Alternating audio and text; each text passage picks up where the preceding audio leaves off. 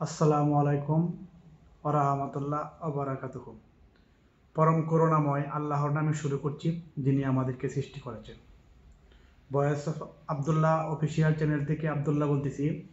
পৃথিবীর যেখান থেকে আমার চ্যানেলে যুক্ত হয়েছেন সবাইকে স্বাগতম। আজ আমি বাংলাদেশের মানুষকে একটি গুরুত্বপূর্ণ জরুরি বার্তা আমি দিতে চাই। সেটি হচ্ছে যে বর্তমান যে সরকারের অধীনে ডাক এবং টেলিযোগাযোগের যে উপদেষ্টা তিনি ছিলেন, প্রায় বিগত 7 মাস যাবৎ তিনি উপদেষ্টা হিসেবে ছিলেন। যখন তিনি এই উপদেষ্টা পদে নিযুক্ত হয়েছিলেন, তার অ্যাকাউন্টে বা তার সম্পত্তি কি পরিমাণ ছিল এটা কিন্তু এখনো কোনো প্রকাশ করা হয় নাই। এবং 7 মাস যাবৎ তিনি যে উপদেষ্টা পদে ছিলেন, সরকারি এবং যে সম্মানী ভাতা তিনি এই 7 মাসে কি পরিমাণ পেয়েছেন, তিনি কিন্তু এগুলা এখন পর্যন্ত এই সাধারণ মানুষের কাছে এবং এই বাংলাদেশের যে ছাত্র জনতা 20 কোটি মানুষের সামনে তিনি এখনো সেটি প্রমাণ করেন নাই এবং কোনো তার কাছ থেকে একটি বক্তৃতা এ পর্যন্ত আসে নাই। একের পর এক মেটিকুলাস পদ্ধতি ব্যবহার করে শুধু এগিয়ে যাচ্ছে কিভাবে দেশের মানুষকে ধ্বংস করা যায়। সেই দৃষ্টিকোণ থেকে আমি এই বাংলাদেশের মানুষের কাছে প্রশ্ন রাখতে চাই, আপনারা দ্রুত এই যে নতুন নাগরিক কমিটি সেটিকে বয়কট করুন। আমরা জানতে চাই যে সে কিভাবে এই 7 মাসে বাংলাদেশে এই সরকারের অধীন থেকে কি কি উন্নয়নমূলক কাজ করেছে এবং কি পরিবেশ সৃষ্টি করেছে সেটি আমরা জানতে চাই। সে যে একজন মন্ত্রিত্ব পদ পেয়ে এই 7 মাসে বাংলাদেশে কি পরিমাণ উন্নত করেছে সেটি আমরা জানতে চাই। এবং সে যে দুর্নীতি করেছে, এই দুর্নীতির যে পরিবেশ পরিস্থিতি আমরা সুস্পষ্টভাবে এই মানুষের কাছে আমরা তুলে ধরতে চাই। সে যদি এইগুলা প্রকাশ না করে যে সে 7 মাসে কি পরিমাণ সম্পদ সংগ্রহ করেছে এবং টাকা পয়সা ব্যাংক ব্যালেন্স কি পরিমাণ করেছে, সে আমরা এগুলা প্রকাশ্যে জানতে চাই। যদি সে এগুলা প্রকাশ না করে তাহলে আমরা বুঝে নিব সে দুর্নীতি করে এই সমস্ত পরিবেশ সৃষ্টি করেছে।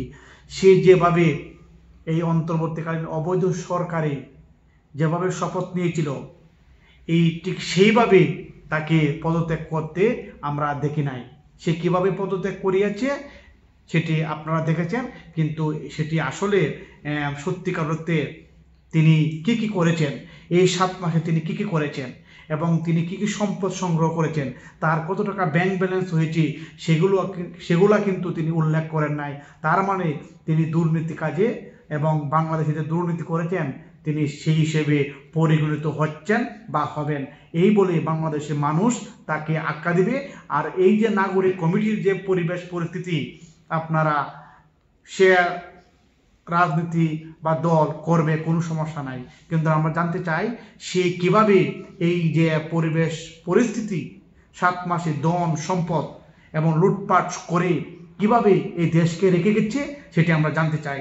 এবং তার ধন সম্পদ সে কিভাবে আমাদের কাছে এখনো কোনো বক্তৃতা প্রকাশ করে নাই, সে ডাইরেক্ট পদত্যাগ করে চলে গিয়েছে এবং সে নতুন করে একটি দল পরিবেশন করবে।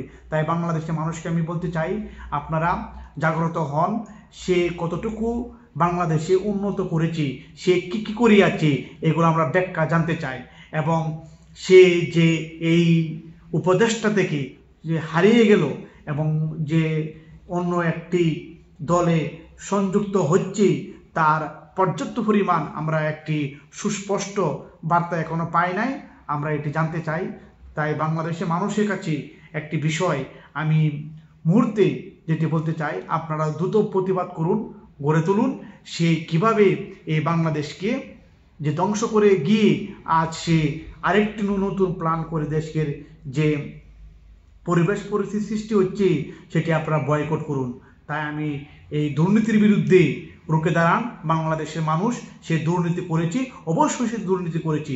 দুর্নীতি না হলে সে কেন বিগত 7 মাসে কি করেছে সে এই পদত্যাগ করার সময় সে এগুলা বলে নাই, এবং কি কি কাজ করিয়া গিয়েছি, কি কি হ্যান্ডওভারও করিয়া গেছি তাও সে বলে নাই, কিছুই বলে নাই। তার মধ্যে থেকে দুর্নীতি আঁকড়ায় সে ডুবে গিয়েছে। তাই বাংলাদেশের মানুষ হিসেবে আমি বলতে চাই, আপনারা তাড়াতাড়ি দুর্গ গড়ে তুলুন, দেশকে বাঁচান, দেশের মানুষকে বাঁচান। এই যে নাগরিক কমিটি তাকে গ্রহণ করার আগে তাকে এই বক্তব্য দিতে হবে। আমি বাংলাদেশের মানুষের কাছে এই দাবি রেখে আজ আমি বিদায় নিচ্ছি। দেখা হবে পরে কোন ভিডিওতে ইনশাল্লাহ। আসসালামু আলাইকুম ওয়া রাহমাতুল্লাহি ওয়া বারাকাতুহু।